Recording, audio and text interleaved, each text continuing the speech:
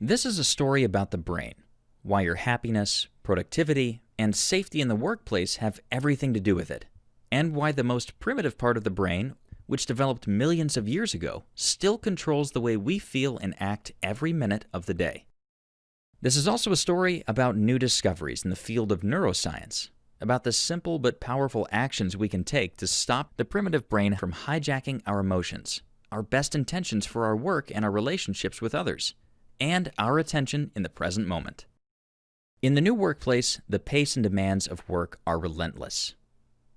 Soon, you will learn skills that will help you to stay cool under pressure, get more done, and keep yourself and others safe on the job. For now, join us on a motorcycle crash course through the inner workings of the brain. Though the brain developed systems for complex thinking, input to the brain is still processed from the bottom up. In other words, the primitive brain reacts to incoming information before the thinking brain can even analyze it. Here, we see major levels of the brain from the most primitive to the most advanced. When we are in our thinking brain, we can solve problems, be creative, and work well with others. This is the green zone. When we're in our primitive brains, we become protective and react to any threat or strong emotion by getting defensive or shutting down and keeping emotions inside. This is the red zone. As stress states change, the zone we are in changes.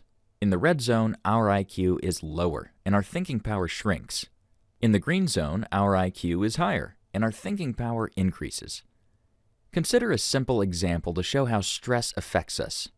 Suppose a car is barreling towards you. When this happens, your primitive brain takes over and you jump out of the way without thinking. In this situation, the primitive brain hijacks the situation and saves you.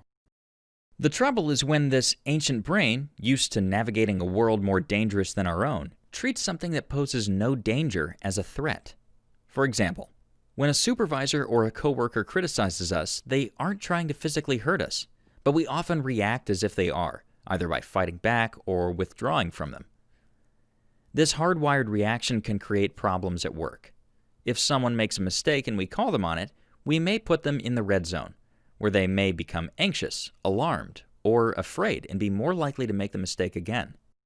This regulation curve is a useful picture of the moment-to-moment results of our brain's responses. Every minute of every day, we are somewhere on this regulation curve based on our stress level. Too much stress puts us in the red zone. Too little stress puts us in the gray zone, a state of hyper-low stress at which one may be tired, distracted, or bored. In the gray zone, no one is motivated to make progress on a task, engage with others, or pay attention to their surroundings. In this way, it can pose as much of a problem as the red zone. When stress is high, we are in the red zone and have a hard time getting work done because we are reactive, defensive, protecting our territory, or withdrawing and holding anger inside. When we are in the green zone, we are in the thinking brain and can get things done and relate to others. So, what does the regulation curve have to do with the brain? Here's the pitch. Our stress level influences which part of our brain we use to think and behave. We can influence our stress level. Therefore, by influencing our stress level, we can influence our brains. When we take actions to bring our stress level inside the green zone, we call it regulation. The first step to regulation is identifying your red zone triggers. All of us have these triggers, which can range from a demanding work schedule to a weekly meeting with a manager who talks down to you, from inadequate resources to an overall culture of disrespect.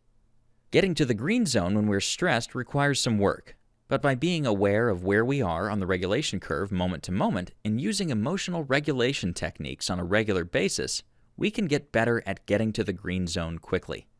And this is good news. Staying in the green zone as often as possible limits the amount of time the primitive brain has control over your emotions and behavior. In learning about the forces at play inside the brain and how they influence us moment to moment, you will become more aware of your own emotions and how to keep yourself regulated in the green zone.